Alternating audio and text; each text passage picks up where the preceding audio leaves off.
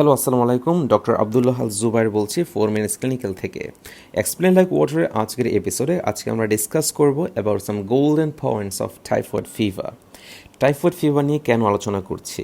কারণ আমাদের clinical practice এবং হসপিটাল প্র্যাকটিসে টাইফয়েড ফিভার খুবই কমন একটি রোগ আমাদের দেশে, এবং যদি টাইফয়েড ফিভারের ঠিকঠাক ডায়াগনোসিস এবং ট্রিটমেন্ট না দেওয়া হয় তাহলে 30% patient die without any treatment. So this is very important and significant disease in the perspective of our country.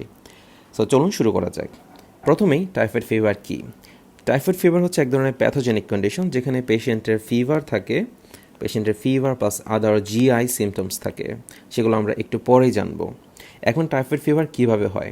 Typhoid fever হয় এক ধরনের দুষ্ট ব্যাকটেরিয়া দ্বারা। দুষ্ট প্রকৃতির ব্যাকটেরিয়া আছে, তারা হচ্ছে গ্রাম নেগেটিভ ব্যাকটেরিয়া। তাদের নাম হচ্ছে Salmonella typhi and Salmonella paratyphi A B and C. So এই দুই ধরনের গ্রুপের ব্যাকটেরিয়া দিয়েই হচ্ছে টাইফয়েড অ্যান্ড প্যারাটাইফয়েড ফিভার হয়। এখন প্রশ্ন হচ্ছে টাইফয়েড ফিভারের ট্রান্সমিশন কীভাবে হয়, এটা কীভাবে ছড়ায়? তার আগে জেনে নিতে হবে যে টাইফয়েড ফিভারের ভিতর humans are the only reservoir. তার মানে এটা শুধুমাত্র মানুষের ভিতরে বেঁচে থাকতে পারে, দ্যাটস ওয়াই এটা শুধুমাত্র মানুষ থেকে মানুষই ছড়াবে। এবং কীভাবে ছড়াবে নর্মালি সবচেয়ে কমন ওয়ে হচ্ছে by contaminated food and water. যে সালমোনেলা টাইফি অ্যান্ড প্যারাটাইফি দ্বারা যদি কোনো কন্টামিনেটেড ফুড অ্যান্ড ওয়াটার কেউ যদি নিজে ইনজেস্ট করে তাহলে তারও কিন্তু টাইফয়েড ফিভারের চান্স খুবই বেশি। এবং এর রিস্ক ফ্যাক্টরগুলো একটু জেনে রাখতে হবে। রিস্ক ফ্যাক্টর কী কী? চিলড্রেন অ্যান্ড ইয়াং অ্যাডাল্টসে এটা বেশি হয়, টাইফয়েড ফিভার বেশি হয়। এবং আরেকটা খুব ইম্পর্টেন্ট রিস্ক ফ্যাক্টর হচ্ছে পুয়ার স্যানিটেশন, যে আমরা বাসার বাইরে গেলে যে আমরা ফুচকা চটপটিগুলো খাই সেগুলো সবসময় খাওয়া যাবে না। So anyway, that's all about the introduction of the typhoid fever. এখন আমরা জানবো যে টাইফয়েড ফিভারের প্যাথোফিজিওলজি কী। আমি পৃথিবীর সবচেয়ে ইজি ওয়েতে প্যাথোফিজিওলজি বলবো, একটু মনে রাখবেন। প্রথমেই বলেছিলাম যে টাইফয়েড ফিভার ছড়ায় হচ্ছে ফিকো ওরাল রুট দিয়ে। তো ধরুন কেউ হচ্ছে ওরালি কোনো একটা ফুচকা অথবা চটপটি খেলো এবং এই দুষ্ট ব্যাকটেরিয়াটা আমাদের পেটের ভিতর ঢুকে গেল। তো ঢুকে যাওয়ার পর যখন এটা রুট হবে এরকম, ও ফার্স্টে আমাদের স্টোমাকে যাবে।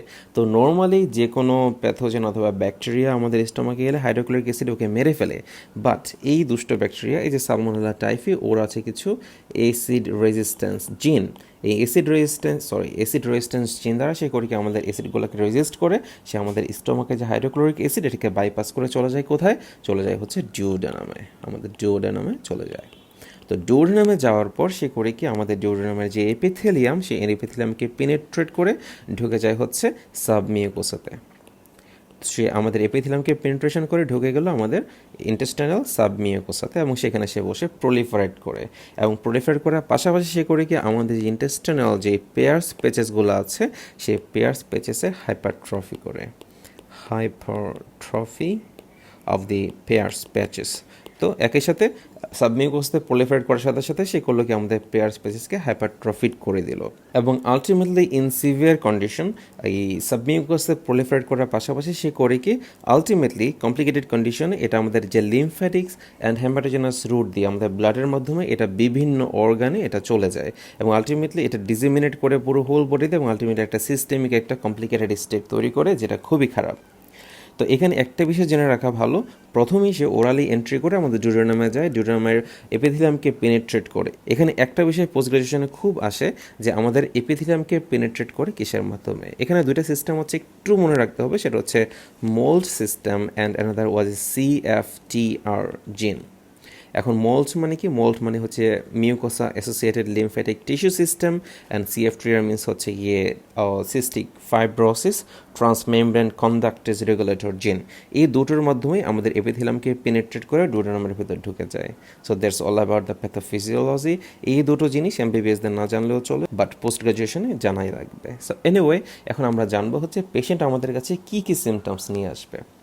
মনে রাখবেন যে ইনভেরিয়েবলি টাইফয়েড ফিভারের পেশেন্টরা দুইটা সিমটম নিয়ে বেশি আসে, এটা হচ্ছে ফিভার অ্যান্ড অ্যাবডোমিনাল পেইন।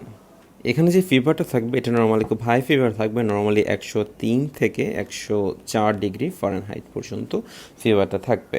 এখানে আরেকটি বিষয় আছে যে ধরুন কি কন্টামিনেটেড ফুড অ্যান্ড ওয়াটার খেয়ে ফেললো, তখন কিন্তু তার সাথে সাথে টাইফয়েড ফিভার হয়ে যাবে না, এর জন্য একটা ইনকিউবেশন পিরিয়ড লাগবে, যে খাওয়ার নর্মালি 10 থেকে 14 দিন পর তার সিমটমগুলো প্রকাশ পাবে। So the incubation period is 10 to 14 days। এখন এর বাকি অংশটুকু খুবই ইম্পর্ট্যান্ট। যদি কোনো পেশেন্টকে আপনি তার সিমটমগুলো ভালো মতো শুনেন, আপনার মাথায় যদি সেটা এভাবে সাজানো থাকে, তাহলে কিন্তু ইনভেস্টিগেশনের আগেই আপনি সাসপেক্ট করতে পারবেন যে yes this is a case of typhoid fever maybe. তো এখন আমরা জানবো যে প্রথম সপ্তাহে এবং দ্বিতীয় সপ্তাহে কী কী সিমটমগুলো আলাদা করে আমরা ডিফারেন্সিয়েট করব। তো প্রথম সপ্তাহে পেশেন্টের যে সিমটম নিয়ে আসে সেটা হচ্ছে ফিভার, এবং ফিভারটা হচ্ছে একটা step bladder pattern. Step bladder মানে হচ্ছে আমাদের মই, আমরা যেমন মই বেবে উপরে উঠি, তো ফিভারটা নর্মালি এখানে থাকে, তারপর আস্তে আস্তে ফিভারটা ইনক্রিজড হয়, এবং এটা নর্মালি কখনো বেজ লাইন টাচ করে না, সো অলওয়েজ একটা হাই ফিভার থাকে পেশেন্টের। এবং একই সাথে ফিভারের সাথে আরও কিছু fever like constitutional symptoms like তার হেডেক হতে পারে, মেলাইজ থাকতে পারে, গা ম্যাজমেন্ট করতে পারে, এবং একই সাথে মায়ালজিয়াও থাকতে পারে, মায়ালজিয়া তার সারা শরীরে ব্যথা করতে পারে, এবং এক সপ্তাহের শেষে, প্রথম সপ্তাহের শেষের দিকে সে আরও কয়েকটা সিমটম নতুন বলে, লাইক কাফ, তার কাশি হতে পারে, এবং একই সাথে ডায়রিয়া ও constipation. So these are the symptoms of the first week. তো ফার্স্ট উইকের পরে আমরা একটা তার বডি যদি এক্সামিন করি তাহলে একটা সাইন পাবো, এটা হচ্ছে ফেজেট সাইন। ফেজেট সাইন মানে কি? ফেজেট সাইন মানে হচ্ছে রিলেটিভ ব্র্যাডিকার্ডিয়া। Relative bradycardia. এখন প্রশ্ন হচ্ছে রিলেটিভ ব্র্যাডিকার্ডিয়া মানে কি? রিলেটিভ ব্র্যাডিকার্ডিয়া মানে হচ্ছে এই যে টাইফয়েড ফিভার একটা হাই টেম্পারেচার থাকছে, এই হাই টেম্পারেচারের সাথে সাথে কিন্তু তার পালস রেট অনেক বেশি থাকার কথা ছিল, বাট তার পালস রেট ওই ধরনের বেশি থাকে না, তার হার্ট রেট কম থাকে, সেটাকে আমরা বলি ফেজেট সাইন অথবা relative bradycardia. So that's all about the first week. এখন সেকেন্ড উইকে কী কী সিমটম পাবো? সেকেন্ড উইকে পেশেন্টের আগের সিমটমগুলোর সাথে সাথে তার একটা আগের মতোই একটা কন্টিনিউয়াস একটা ফিভার থাকবে, হাই রাইজ ফিভার, এবং একই সাথে তার অ্যাবডোমিনাল পেইন থাকবে। এবং সেকেন্ড উইকে আরেকটি ইম্পর্টেন্ট সাইন পাবো, সেটা হচ্ছে রোজ স্পট। রোজ স্পট মানে কি? যে পেশেন্টের অ্যাবডোমেন ওর বডিতে কিছু ব্লাঞ্চেবল প্যাপিউলস দেখা যাবে, কিছু ব্লাঞ্চেবল প্যাপিউল। তো ব্লাঞ্চেবল প্যাপিউল মানে কি? তার অ্যাবডোমেন ওর তার বডিতে দেখবেন কিছু লাল লাল ছোট ছোট প্যাপিউল দেখা যাচ্ছে, সেগুলোকে আপনি যদি প্রেস করেন সেটা নর্মাল হয়ে যাচ্ছে, আবার যদি আঙ্গুলটা প্রেসটা উঠে নেন তাহলে দেখবেন সেটা আবার লাল হয়ে গিয়েছে। So this is a blanchable papules, এগুলোকে আমরা বলি রোজ স্পট। এবং যদি এটার ট্রিটমেন্ট না করা হয় টাইফয়েড ফিভার, সেকেন্ড উইকের লাস্টে পেশেন্টের একই সাথে ইন্টেস্টিনাল ব্লিডিং দেখা দিতে পারে, যে টাইফয়েড যে আলসার তৈরি হয়েছে সেখান থেকে ব্লিডিং হতে পারে। এবং পেশেন্ট কী কী সিমটম নিয়ে প্রেজেন্ট করবে? পেশেন্টের হতে পারে হচ্ছে মেলেনা, এবং একই সাথে পেশেন্টের হতে পারে হেমাটোকেজিয়া। মেলেনা হলে পেশেন্ট বলবে তার কালো কালো স্টুল হচ্ছে, এবং haematochezia that means passage of fresh blood during defecation, যে তার ডিফিকেশনের সময় ফ্রেশ ব্লাডও যাচ্ছে। So these are the signs of intestinal bleeding. এবং খুবই মজার বিষয় হচ্ছে টাইফয়েড ফিভারের পেশেন্টের ডায়রিয়াও থাকতে পারে, কনস্টিপেশনও থাকতে পারে, তবে 50% পেশেন্টের ডায়রিয়া দেখা যাচ্ছে এবং 50% পেশেন্টের কনস্টিপেশন দেখা যায়। সো যে কোনো একটা নিয়ে পেশেন্ট প্রেজেন্ট করতে পারে। বাইরে ঢাকায় খুব বৃষ্টি হচ্ছে এখন, অনেকেই হয়তো শুনতে পাচ্ছেন শব্দটা।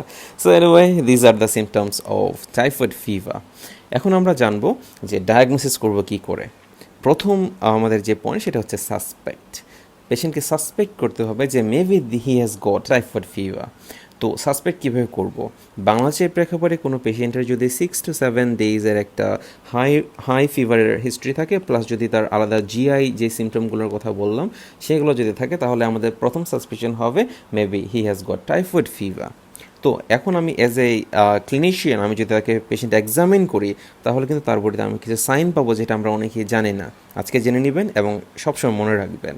প্রথম সাইন যেটা পাবো সেটা হচ্ছে কোটেড টাং। এই ছবির মতো তার জিহ্বাতে সাদা সাদা কিছু কোটিং দেখতে পাবেন। তো টাইফয়েড ফিভার পেশেন্টদের ইনভেরিয়েবলি একটা কোটেড টাং পাওয়া যায়। এবং সেকেন্ড ওয়ান ইজ ফ্যাজেট সাইন। আগেই বলেছি যে একটা রিলেটিভ ব্র্যাডিকার্ডিয়া পাবো। রোজ স্পট আগেই বলেছি কিছু ব্লাঞ্চেবল প্যাপিউলস পাবো তার বডিতে। এবং ultimately another sign is caecal gargling. এটা খুব একটা ইম্পর্টেন্ট, বাট আমরা অনেকেই এটা জানি না, অনেকে জানি। সেটা হচ্ছে এই যে এই পেশেন্ট এখানে তার রাইট ইলিয়াক ফসাতে যদি আমরা তার সিকামের উপর আমাদের হাত দিয়ে প্রেস করি, তাহলে একটা গার্গলিং একটা সাউন্ড, গার্গলিং একটা ফিলিং আমার হাতে আপনি ফিল করতে পারবেন। So this is caecal gurgling. So এই সাইনগুলো মনে রাখবেন। আশা করি টাইফয়েড ফিভারের সিমটম অ্যান্ড সাইন দেখে আপনি এটা সাসপিশন করতে পারবেন যে yes this is a case of typhoid fever. So anyway এখন আমি পেশেন্টকে কনফার্ম করবো যে হ্যাঁ তার টাইফয়েড ফিভার আছে। তো কী কী ইনভেস্টিগেশন দিতে পারি? প্রথমে আমরা যেটা দেবো সেটা হচ্ছে একটা সিবিসিতে খুব কমনলি এই পেশেন্টটা আমরা পাবো হচ্ছে লিউকোপিনিয়া। লিকোপেনিয়া খুব কমনলি পাওয়া যায়, বাট এই সিবিসিটা খুবই একটা নন স্পেসিফিক টেস্ট, বিকজ সিবিসিতে লিকোপেনিয়া আর অনেক অনেক কন্ডিশনে পাওয়া যেতে পারে। তো টাইফয়েড ফিভারের পেশেন্টে লিকোপেনিয়া পাওয়া যাবে, বাট এই টেস্টটা খুবই নন স্পেসিফিক টেস্ট। তখন আমরা স্পেসিফিক টেস্ট কী কী আছে যে আমরা জানতে পারবো হ্যাঁ তার টাইফয়েড ফিভার আছে। তো প্রথম যে টেস্ট করবো সেটা হচ্ছে blood culture normally first week থেকেই পজিটিভ থাকে। তো পেশেন্ট যদি ফার্স্ট উইকেই আসে তাহলে কিন্তু আমরা তাকে ব্লাড কালচার দিতে পারি, এবং ব্লাড কালচার সেকেন্ড উইকে কিন্তু পজিটিভ থাকে 70% ক্ষেত্রে। সো ফার্স্ট অ্যান্ড সেকেন্ড উইকে আমরা ব্লাড কালচার করতে পারি। যদি আমরা স্টুল কালচার করতে চাই তাহলে এটা নর্মালি সেকেন্ড উইক থেকে পজিটিভ থাকে, সো সেকেন্ড উইক থেকে আমরা কিন্তু স্টুল কালচার করতে পারি। তবে বাংলাদেশে সবচেয়ে পপুলার এবং খুব একটা ওয়াইড স্প্রেড টেস্ট হচ্ছে ভিরাল টেস্ট ও ট্রিপল অ্যান্টিজেন টেস্ট। তো এই ভিরাল টেস্ট কিন্তু কোনো প্র্যাকটিক্যাল ভ্যালু খুবই কম। So it has got little practical value because this test is very non specific and very less sensitive. So এই টেস্টের আসলে কোনো প্র্যাকটিক্যাল ভ্যালু খুবই কম। সো দ্যাটস ওয়াই আমাদের টেস্টগুলো হবে সিবিসি, ব্লাড কালচার ও স্টুল কালচার।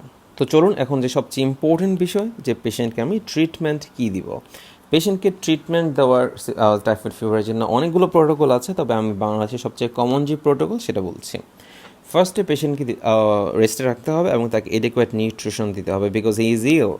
এবং যেহেতু তার ডায়রিয়া যদি থাকে তাহলে তার অনেক ফ্লুইড লস হয়েছে, যেন তাকে ফ্লুইড দিতে হবে, এবং তার ডায়রিয়ার সাথে যেহেতু অনেক পটাশিয়াম লস হয়েছে তাকে ইলেকট্রোলাইট ব্যালেন্স করতে হবে। So rest, nutrition, fluid and electrolyte, একই সাথে জ্বর কমানোর জন্য একটা আমরা অ্যান্টিপাইরেটিক দেবো, অ্যান্টিপাইরেটিক লাইক প্যারাসিটামল ওর সামথিং।